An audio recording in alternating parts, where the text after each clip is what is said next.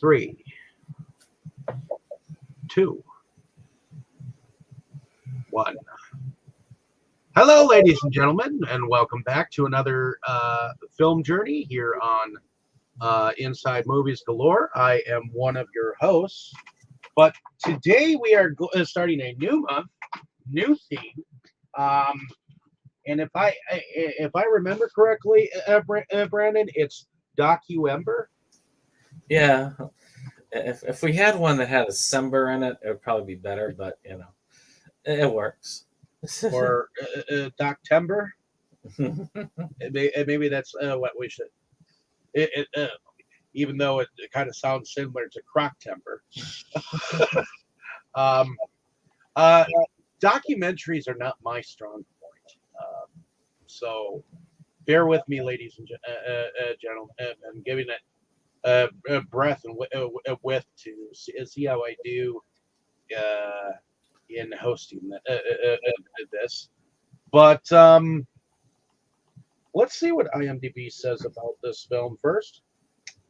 So this is the one that was voted on was one that I had put forward for the month, and it is called Pennywise: The Story of It.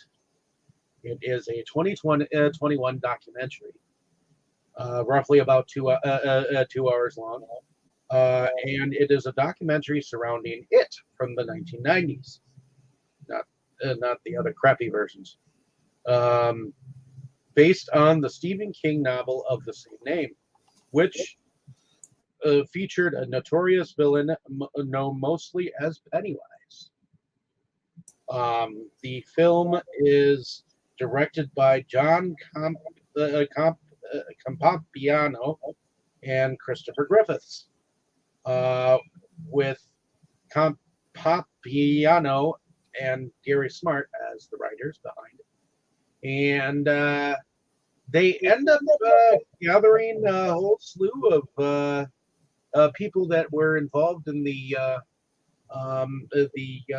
production in order to have almost like a roundtable discussion like about different things that happened in the film production and all that jazz. So let's go into first impressions here.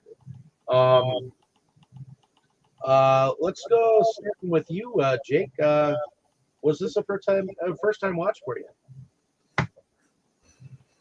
Yeah, this was definitely a first time viewing. To be honest, I hadn't even heard of this until you had submitted it for a couple categories for the Versus Awards. It was one that had gone by my radar completely before that. And of course, naturally, once it was nominated, I needed to see it eventually anyway. And I will say, on the one hand, it's an interesting doc, and it's pretty well put together. And for anyone who's interested in the TV miniseries, there's a lot of fun insight here that you might not have gotten otherwise. And so I appreciated that. What I will have to say, though, is the title was, for me, this was a complete bait and switch, and a very unfortunate bait and switch. I was actually very annoyed by it. The title had me thinking this was actually about it as a property. I was thinking this would be about the book. It would be about the movie and the miniseries. It would be about the controversies surrounding the story. And it's really almost entirely about the miniseries. And so for me, that was a very unfortunate. I really felt misled by the title. But that's partly my fault. I probably could have looked into it beforehand. But for what we got though, for like I said, it's much more focused than that. And yeah, as a discussion of the miniseries, it's quite interesting. I kind of wish the series was fresher in my mind, you know. Part of me almost thinks like it'd be kind of cool to watch it afterward, but it's like I don't have time for that right now. It's I wish I did, but yeah, it was pretty interesting. It had its pluses and its minuses.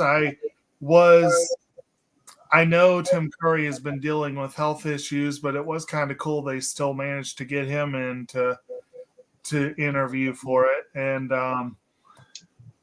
I was disappointed by the lack of interviews with Stephen King. And that kind of, I wonder about that. But otherwise, it was pretty interesting. Yeah. Okay. Heading over to you, Brandon. Well, Was this a first time watch for you? Yeah, this was first time watch. I had some interesting what's the word? Gosh. I had some expectations for this that were very different for what I got. I guess it's because of the name and the timing. I thought it was going to be more comprehensive about the book and both movies. Well, the TV series and the movies. But so it was very different when I got a hold of this and realized that it was actually about, well, just the miniseries, which was still interesting to watch. I loved seeing Tim Curry there, which was just something rare that you don't usually see him much these days after his strokes. So those are very good. And he's actually looking much better than the last time I saw him do any sort of appearance. So that was also a nice, just a nice thing. I enjoyed it overall. I thought it was very informative. And it still leaves the door open to do a comprehensive Pennywise documentary about it, from the book to the miniseries to the movies. So, so maybe that'll be like a sequel, a series. They do one on this, one on the book, and then one on the movies. That'd be kind of cool. Alrighty. Well, I came to this at a different angle. I saw it on Tubi a couple days before Jake said, "Hey, I need your voting on the Versus Awards. So pick your features and all that jazz." And of course, there is a documentary section, so I needed to fill up my documentary viewing, and this so happened to be a 2021 release that was on YouTube, or not YouTube, Tubi, for free. So I guess I don't understand why you guys would have thought it would have been about the book or the movies, knowing that Tim Curry was like kind of on the cover of this sucker. But and the writing of this and the clown on the cover of the actual Tubi site is Tim Curry as the clown. So I kind of knew what I was going into watching this, and I had actually heard about it, and I knew that it was definitely straight and about the miniseries. So I guess I was not misled to believe it was something else. But that being said, I really liked this. This you got to see several different things that I've never seen Stephen King say, which is more than I could say about anything else. I mean, some of these are things like that he would say about like his first photograph that he ever won an award for one of his novels. So, which I'm assuming is Carrie, because that was like his first book. So, but that being said, I didn't realize that there was a lot of like shenanigans going on behind set. And when it came down to it, that they actually had a talking to by the producers. So that's something that I learned that was actually kind of cool. And the fact that they were disappointed in like the ending product of the ending. Whereas I guess growing up, I didn't really have a problem with the creatures involved. But in any case, let us go into the beginning of this docu feature. So I guess the first thing that we have. Bringing up is evidently at the exact same time that they were starting to come out with this is when John Wayne Gacy had actually been discovered, and he in fact actually painted a Pennywise clown, which I don't know if that is a very good rendition or whether that is something that people well know about, but so I guess it begins with the first screenwriter, and the way that he presented his script to the producers at the time, and they were asking him, how do you describe it, and there are only so many ways that one can describe what it is. And I guess he was on the way back from an airplane visit, and I guess one of the producers was behind him, sitting there, like reading his script copy, and he got done with it, and he was like, "Okay, I'm backing this," or whatnot. So, what do y'all think about this very beginning of this docu-feature? How it's presented.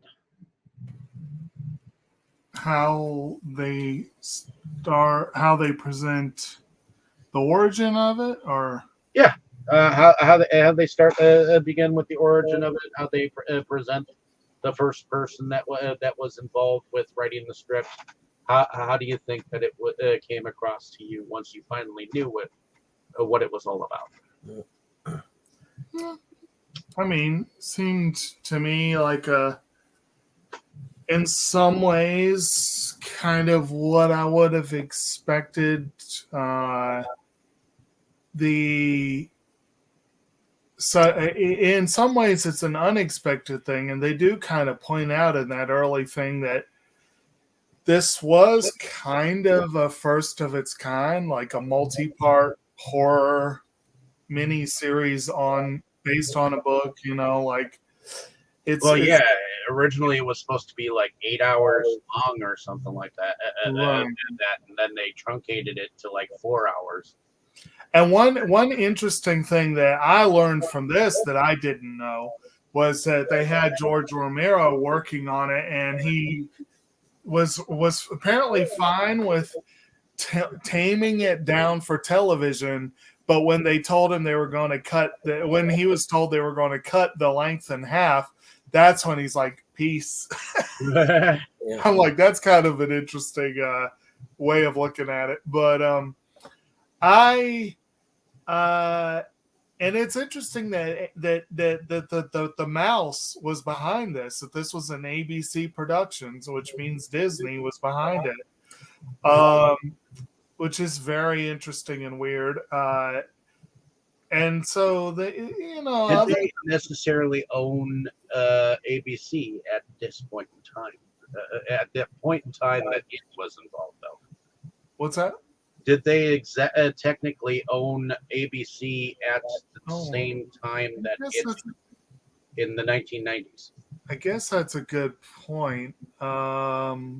Let's see here. 95 was they bought ABC in 95? Yeah. Okay, so I guess it wasn't the Mouse House, but still ABC. They were associated with family programming and that sort of thing. I mean, they still had a lot of it still wasn't like, oh, well, they were showing stuff like HBO and stuff like that. Oh, no. I mean, they had some major censorship on all three of the big networks. Oh, yeah. So, yeah. And then they talk about that on that this show. I think the writer said he thought the show came out about 20 years too soon, but it's I guess that's it. I don't really have a strong reaction to the how it got put together, other than that basic kind of weirdness that it did. Let's see. Was this documentary easy to follow? Oh yeah, I think so. Yeah, I think it did what it needed to do.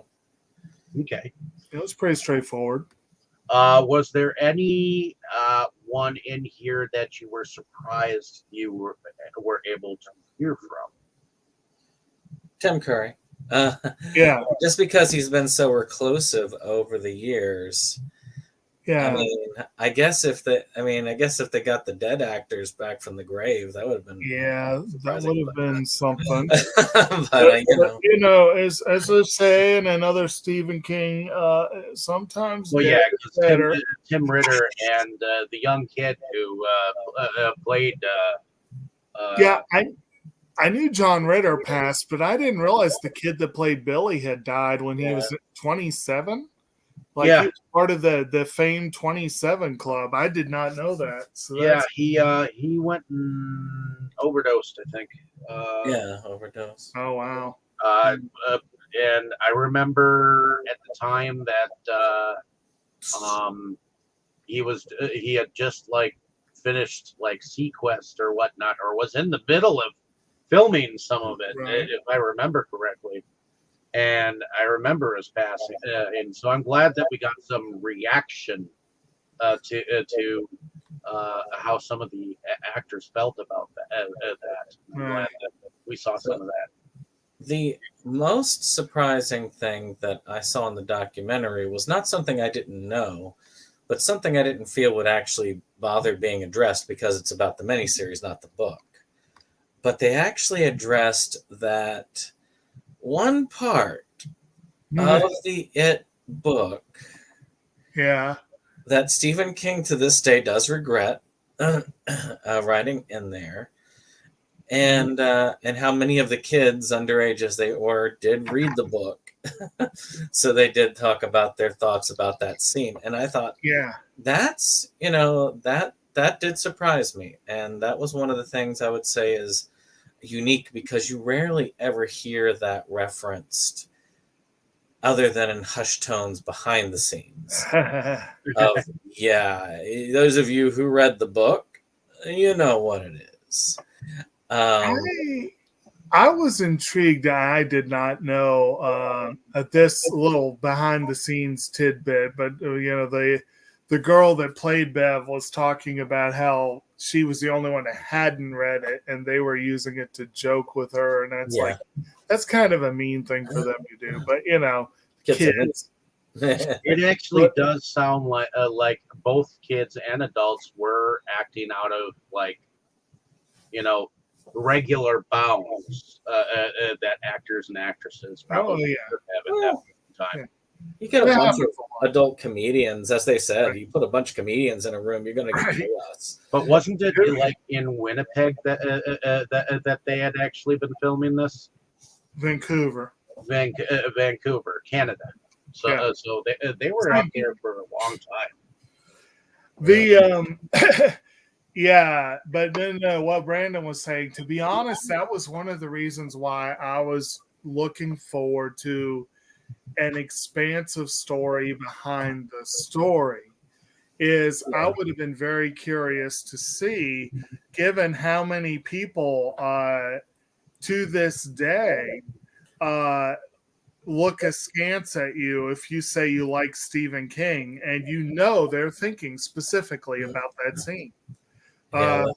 You know, and I'm still thinking that would be. They did mention it glancingly a couple of times in the film, and I was impressed that that they did. But on the other hand,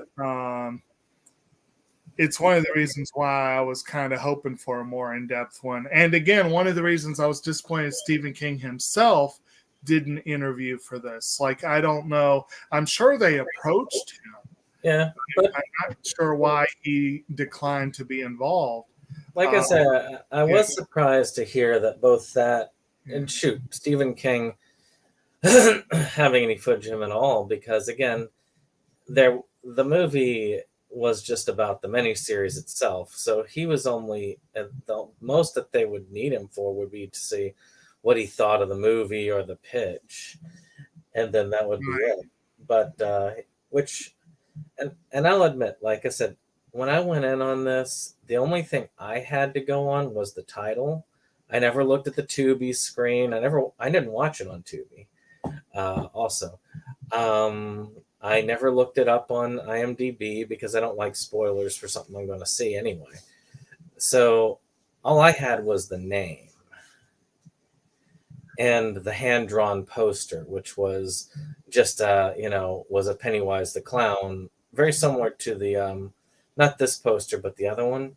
So that's why that's why I didn't realize fully what I was getting into when I first saw it, because those were the only two things. Because Pennywise, the story of it, doesn't automatically lead me to say, oh, they're only going to talk about the miniseries because that's the only thing that it had going for it. Right.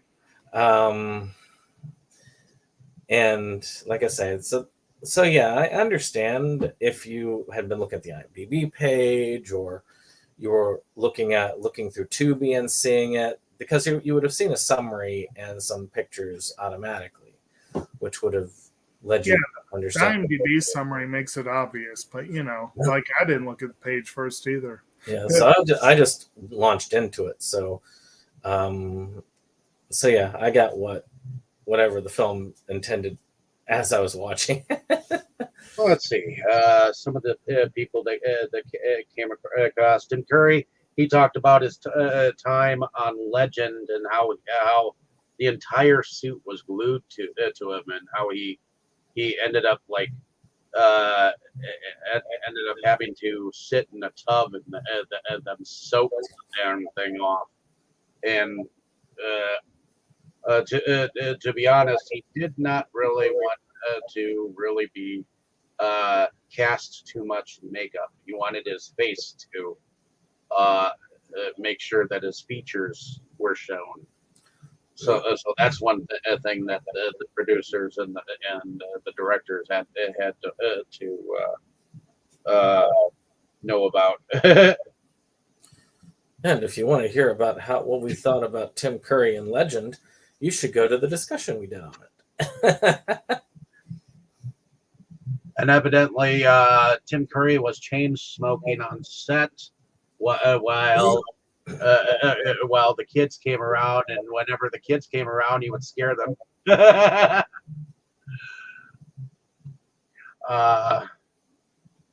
Seth Green was able to talk about some of the moments that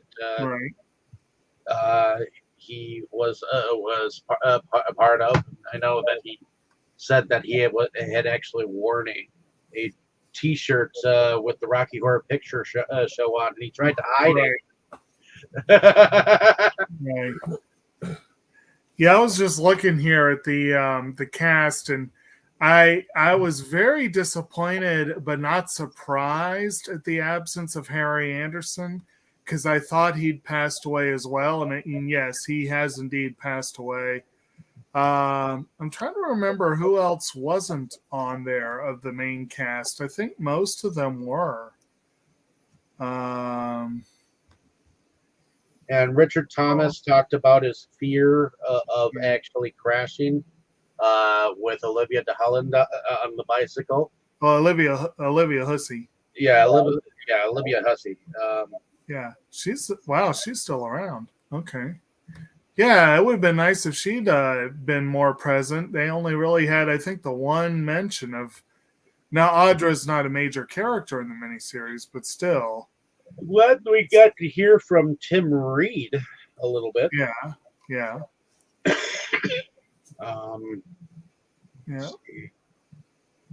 Who else? Was it Emily Perkins? Mm-hmm. I don't recall. Did they interview Annette O'Toole? Jared Blancard was on there. Yeah. For a couple of moments. Yeah. Let's see. Brandon Kane was on there. Mm-hmm. He played the younger version of the chubby kid. Right. But who else? Let's see. But yeah.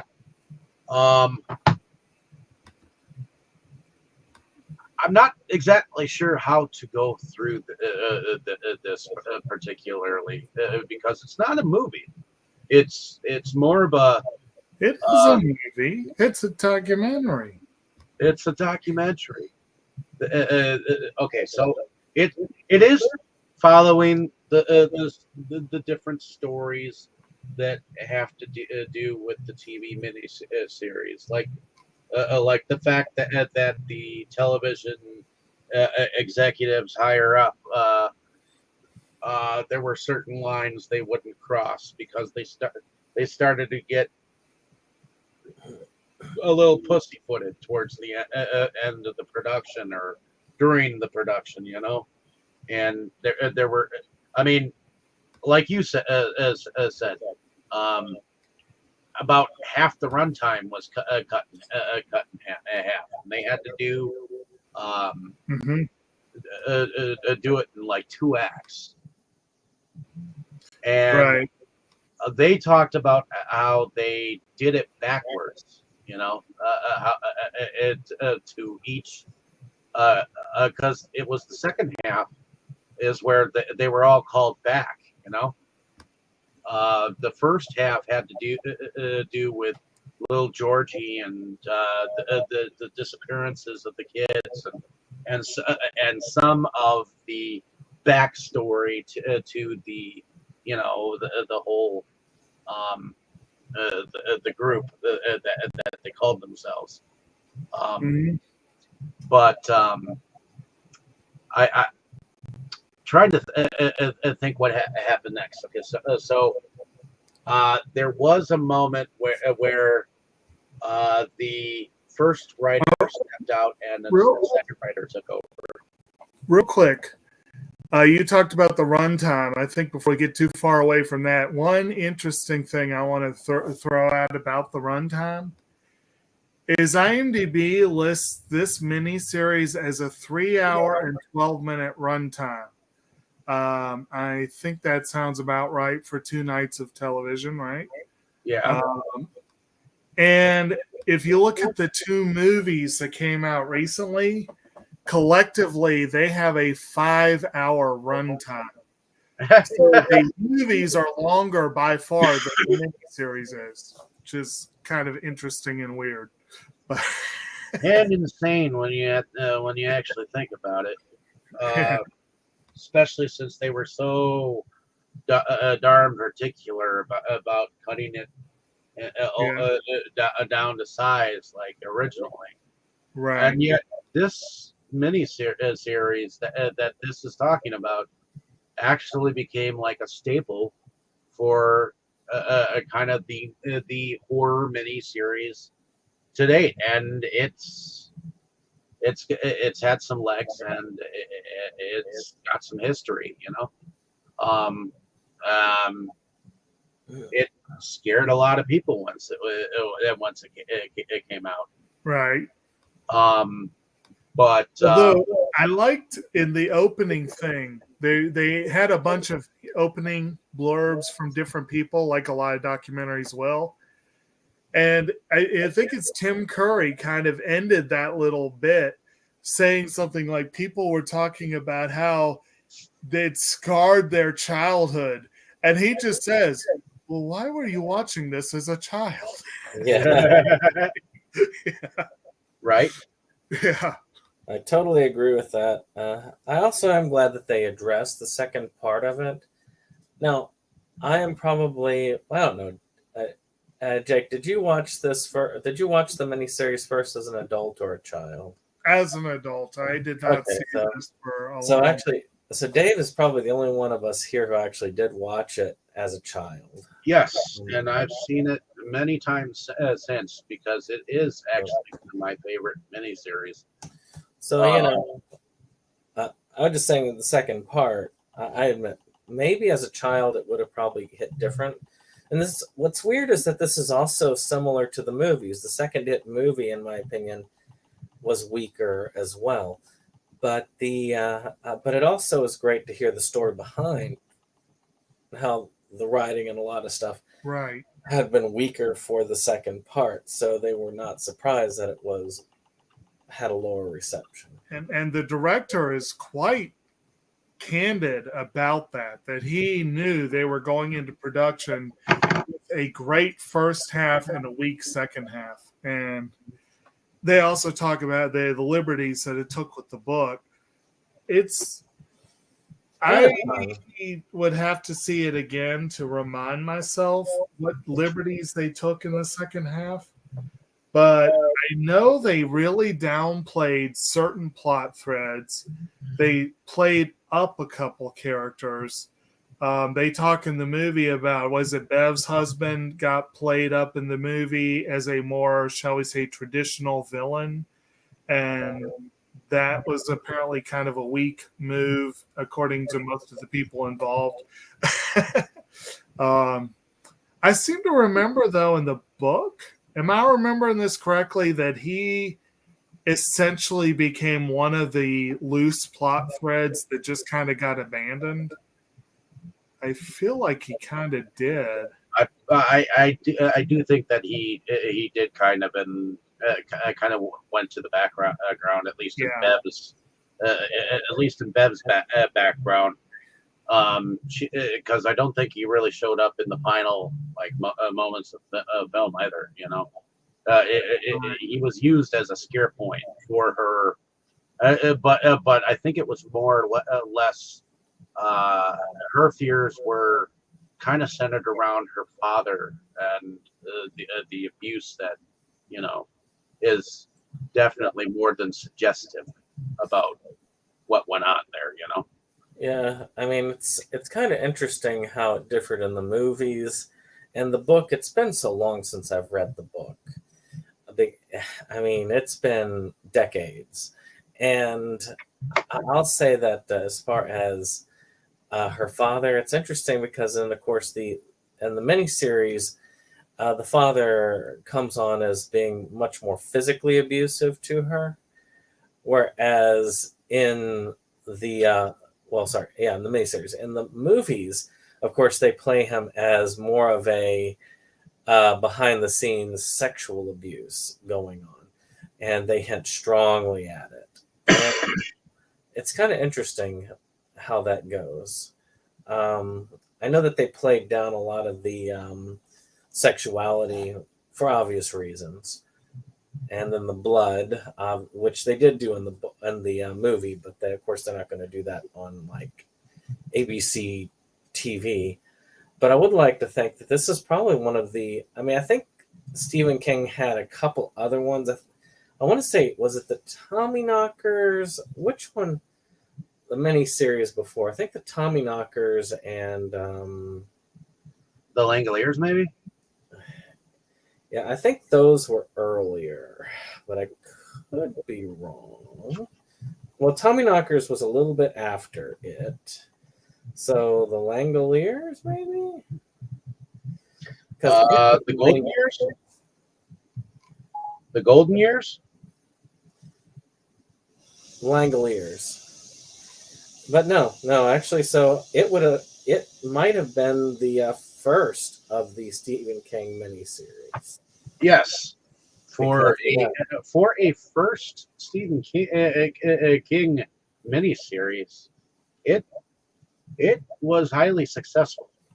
Because they did a whole bunch of them after that, because you had the Langoliers, the Tommyknockers, Desperation, The Rose Golden Years. Red, The Stand, Golden Years, Storm of the Century, which was, I mean, shoot, the 90s. Bag and Bones. Yeah. I mean, like I said, the 90s and early 2000s were definitely the golden age of Stephen King miniseries on TV. Trucks, which was his version of the Maximum Overdrive. Trucks is in its own category because it was a sci-fi movie instead of a miniseries. Yeah. And I'm not even sure how well it got released, because it really got shut down very quickly after its release. But yeah, the 90s were definitely the 90s and early 2000s were the golden age of the Stephen King miniseries, and it kind of kicked it off. And now it's his son that has the limelight, which he's actually pretty darn good. So, I liked seeing a little bit of the makeup process. I did like the fact that they touched on clowns a little bit, Right. and the idea that clowns actually, once you got to know them, actually were really nice. And I think someone actually said something to the fact that clowns, when you went and saw clowns, they came out of a little itty bitty car, and then you had like 1,000 of them coming out of a little itty bitty car. Yeah. Or something like that. And there were clowns of all kinds and sizes. I like that they touched on some of that. Well, this movie actually really started a lot of the major fear of clowns. I mean, the book you could say, but though there were people phobic of clowns, not quite like they have it today. There weren't a lot of horror movies about clowns back in the day. So it's kind of now it's everywhere you look, but not so much. There was the clown house, and then the clown murders with a slight cameo of John Candy in it.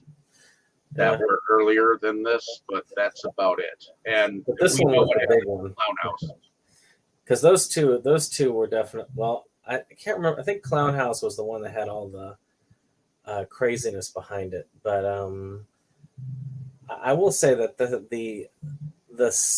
this one's probably the one that really got out there, because both the Clown Murders and Clown House were almost niche in their release, and now they're both kept kind of tamped down and out of the way so nobody can see them.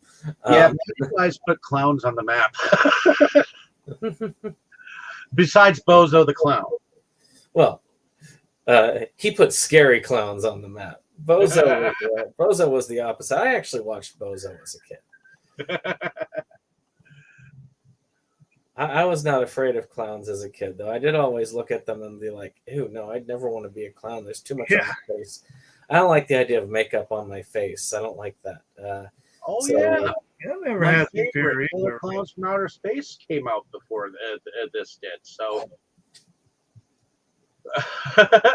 Yeah. But, Let's see. Yeah, but yeah, Pennywise 1988. put clowns on the map. Now, if you go for the book, the book release would have probably was 86. So technically, you could say that the book predated it, and I wouldn't be surprised if the creators of Killer Clowns didn't read it. It's possible it might have even been an influence because I believe it came out in 1985. I think 86. So 86. Well, there was definitely starting to be a clown phase of things at that point in time.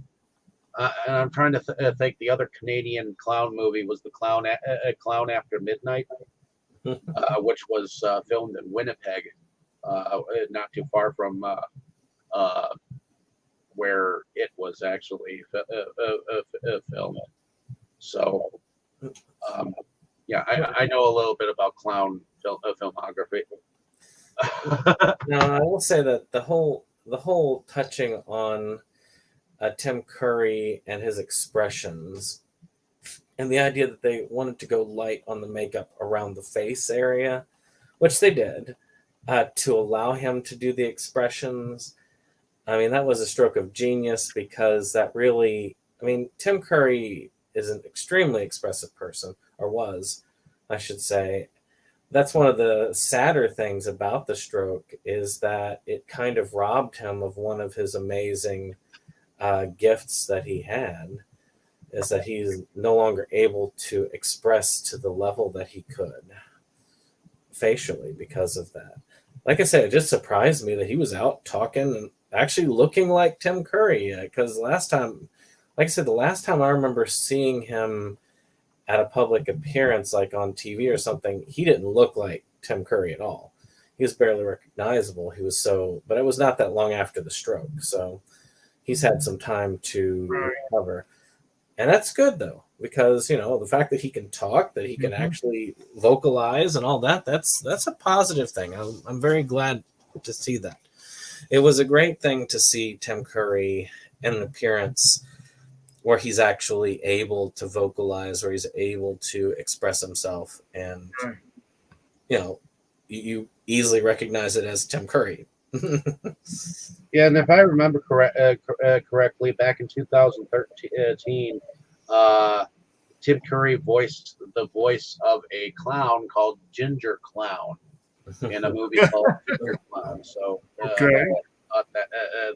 that was kind of interesting. That later he kind of like almost reprised a role, but Ginger Clown, huh?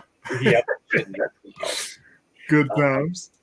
But yeah, I guess there's not a whole lot that we can say more to about this particular film, because I know you guys were sort of misled, and I guess I can see that now.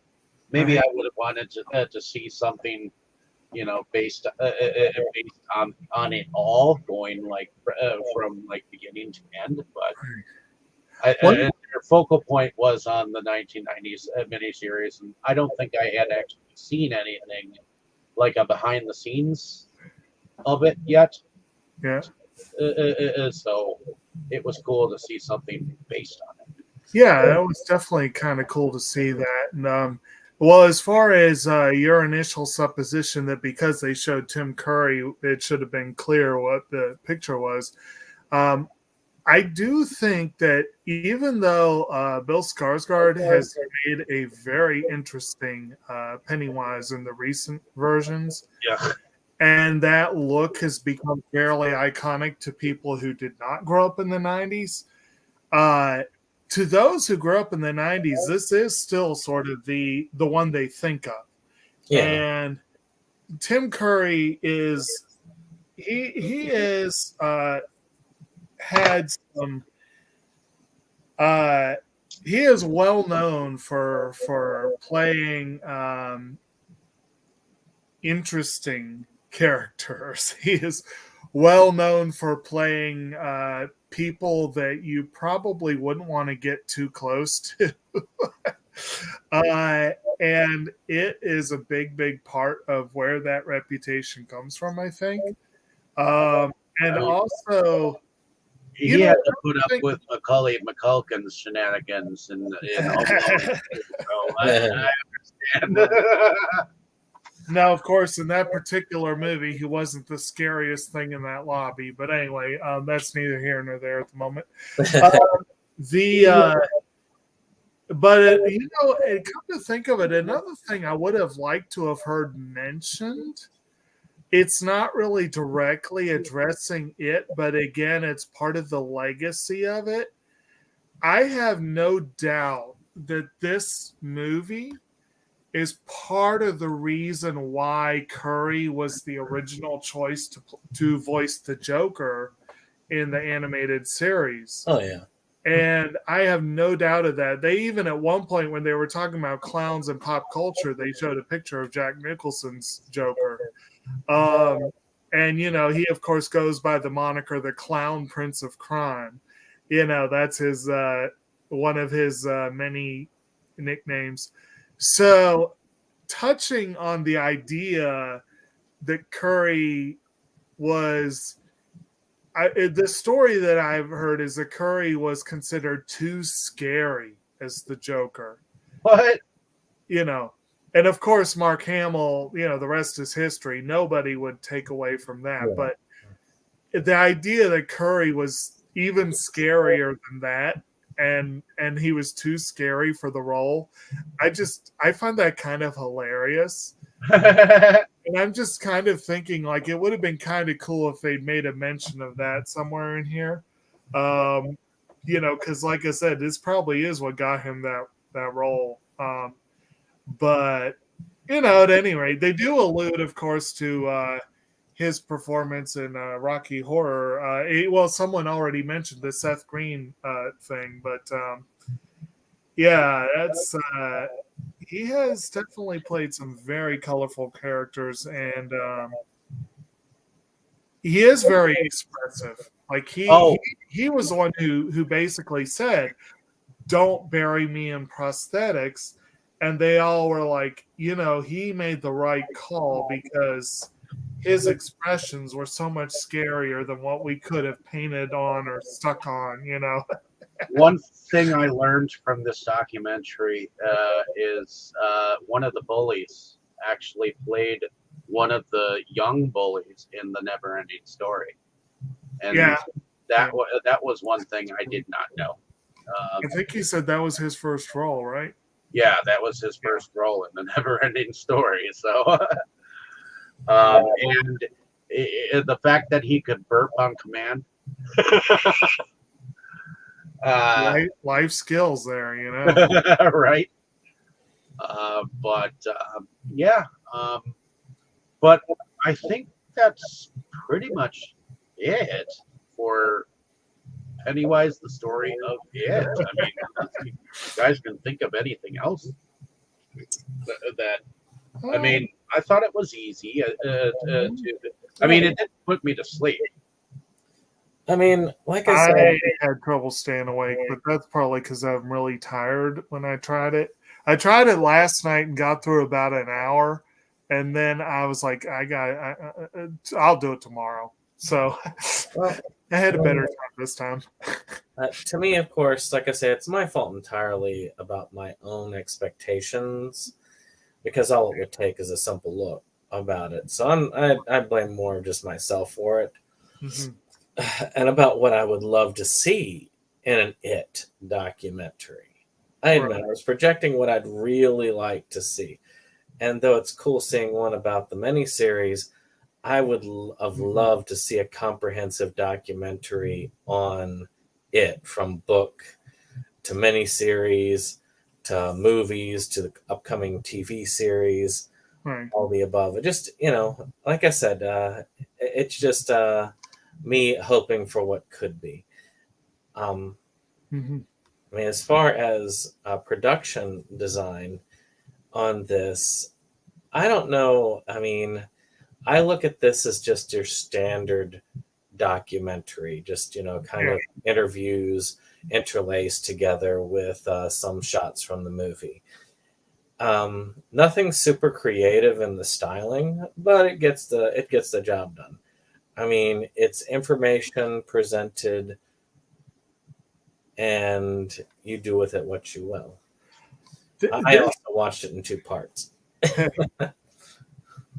This really felt to me, and again, this may be part of. I went in thinking, and I think Brandon mentioned before as well, the timing. Like, this doesn't seem keyed to anything related to the series in terms of it coming out now.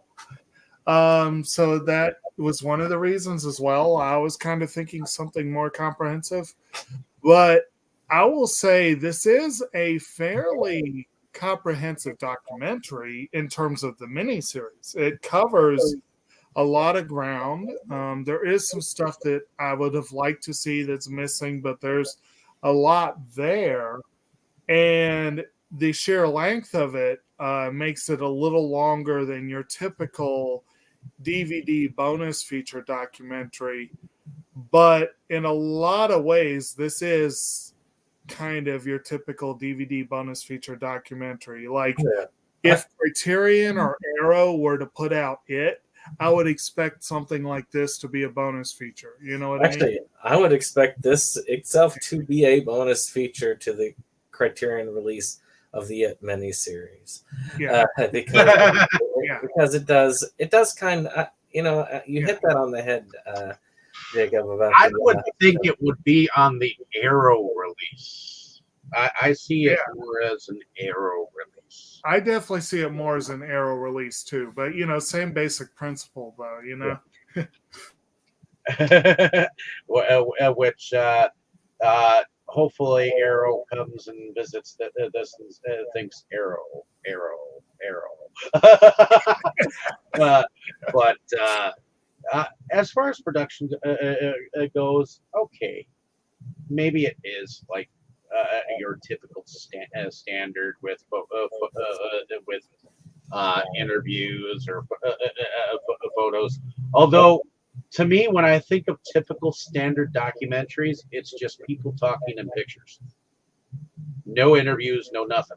Well, like I said, this is, like I said, it's a cut above a lot of them that you see. No doubt about it. It's definitely well made and much more informative than a lot of those documentaries would be. Yeah, it's still that formula, but it covers it well. It's in depth. It does its job, and that's to me, that is the key to a good documentary.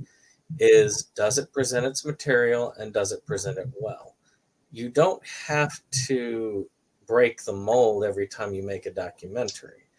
Now, do you have to break the mold if you want to make a like earth-shattering documentary that's like held up as the best film of the year? Probably. But to make a good one? No. A good one, it's about the information provided. Is it accurate? Are they doing well with that? And is it enough to bring in the people who want to watch it? And I think this does its job. I do too. Let's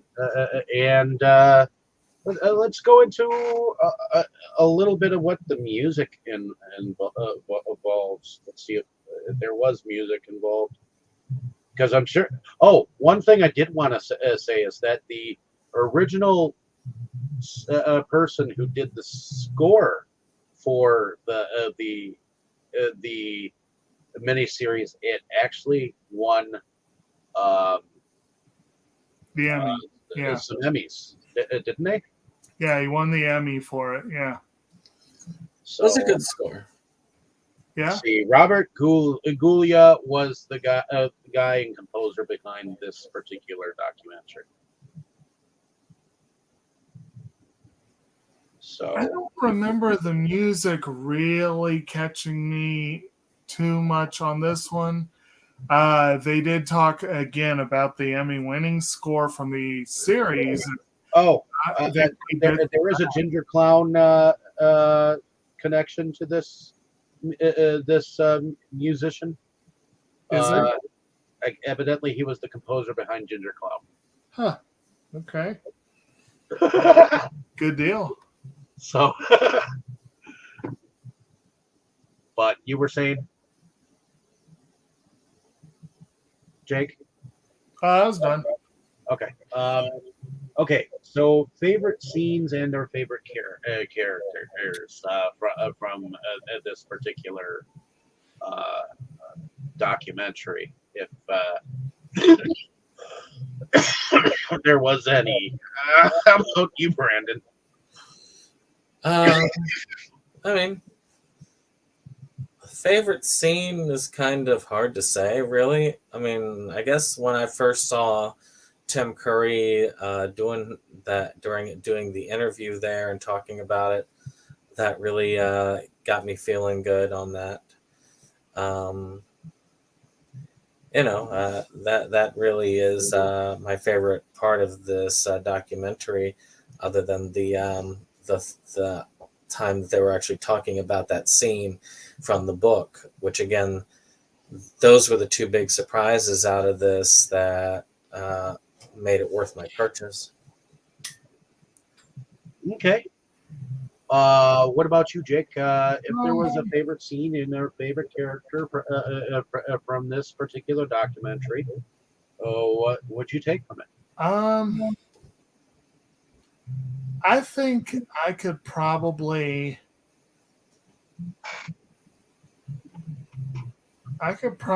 mostly agree with what Brandon was just saying.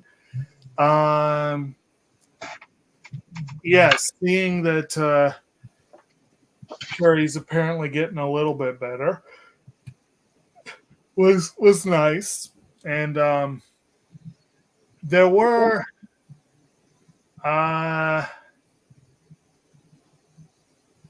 trying to think if there was like one particular thing that I took away from this that was new to me that was like, that is awesome. I'm trying to think if there was one that really stood out. And I'm not really thinking of anything that would work for that.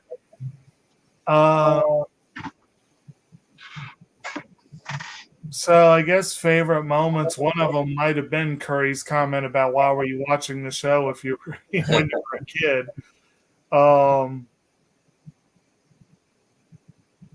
Okay. I feel like there's something. It's like, and I'm blanking. I feel like there was something I wanted to mention, but yeah. There were some interesting moments, some interesting insights here and there. And I think the just generally, well, I mean, learning about Romero's involvement, that was new to me. So that was kind of a fun takeaway. And the idea that he just straight bolted because they wanted to cut the time. I'm like, that's an interesting reason to leave. Well, they fucked him over on his Night of the Living Dead anyways, so. Yeah, there's that too, I'm sure. But as far as myself, I think the two things that I enjoyed from this were hearing from Tim Curry about how much he loved to scare people, and the little bits of commentary that you get from Stephen King that I had not seen previous archival footage of. Mm-hmm. And the fact that they actually paid tribute to the passing of Tim Ritter or after all things are involved, as well as the passing of the young kid who played Bill. What's it? What was it? It was Jonathan Brandis. Yeah, Jonathan Brandis. Yeah. Which I know that he was up and coming, promising Right. writer. He was beginning to learn directorial things. So I know it wasn't too long after this particular, miniseries that he actually passed away. So,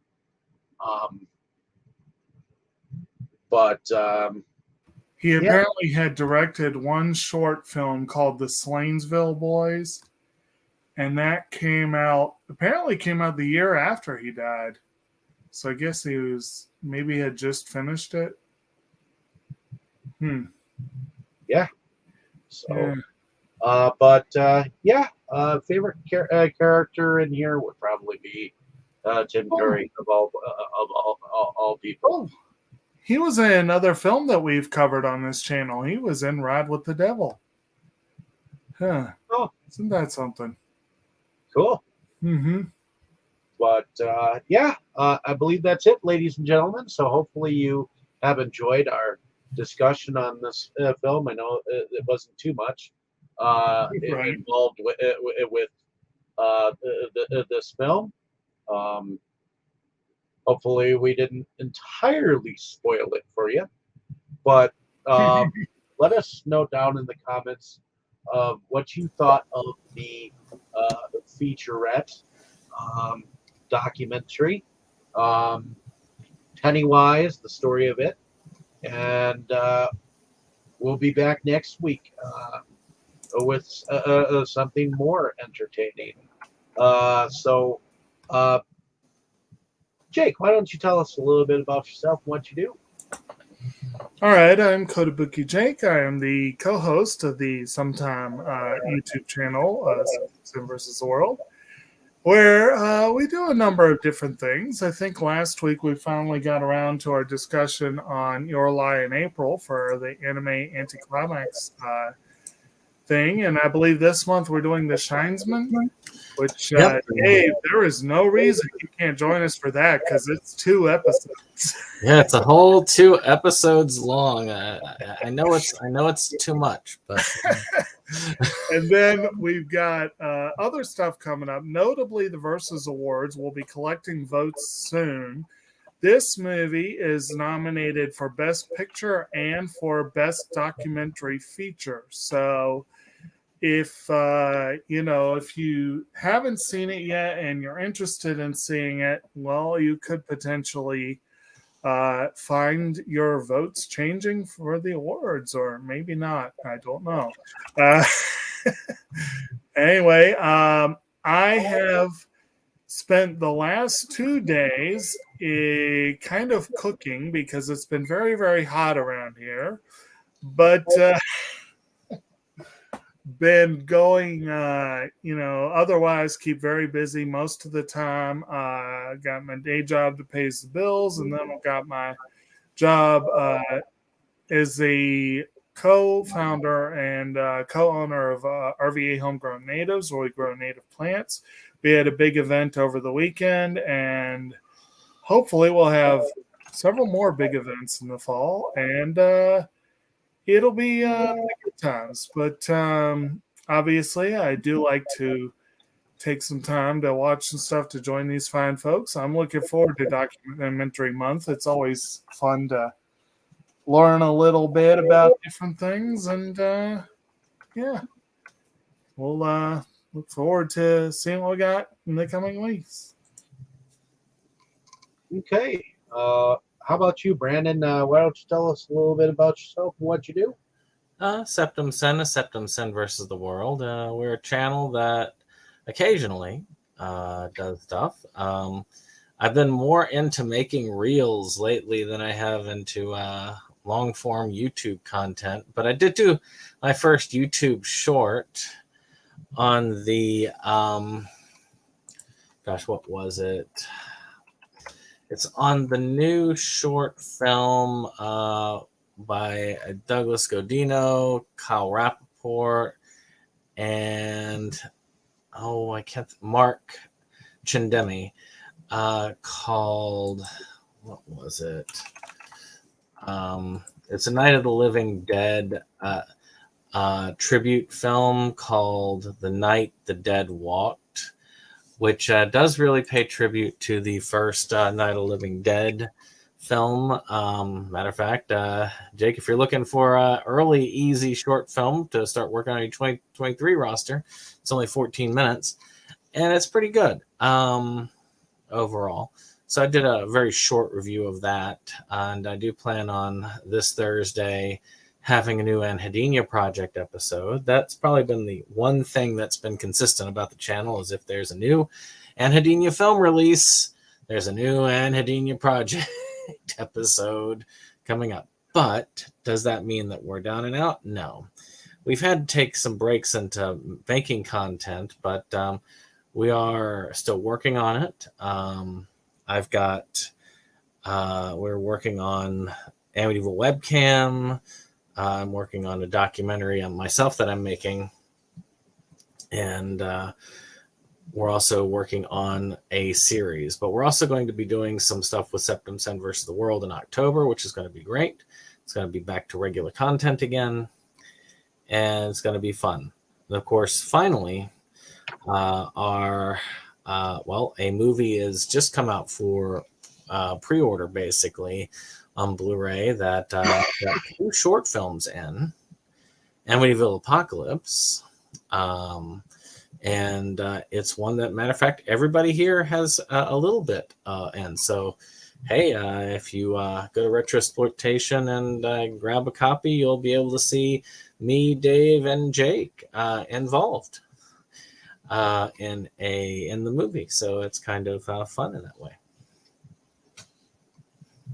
Alrighty. Like you said, next week we'll be doing Sean's senior year. It's a Evan Jacobs documentary film, and it is going to be, to me, it's one of the better films of 2023. That I've seen so far. My list isn't exactly spectacular, though, but still very well done. I am looking forward to seeing what y'all think of it. And who knows, maybe he'll decide to come on with us next week. He's debating it. Indeed. Alrighty. Well, my name is David Streggy. I'm one of the founding fathers of Inside Movies Galore.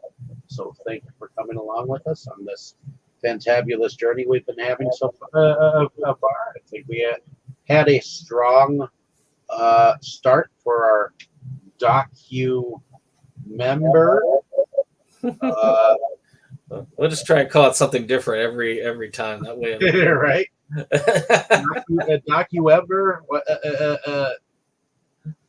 It basically means that we'll be doing documentaries the entire month. So we'll definitely be bringing something different to the table every single week. So come back with us next Monday, and we'll have a blast. So hopefully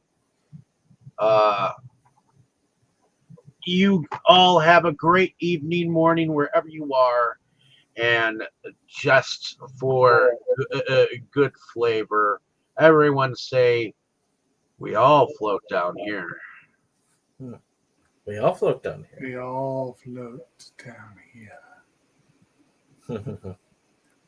Actually, that was a great moment. Curry saying that at the end. We do.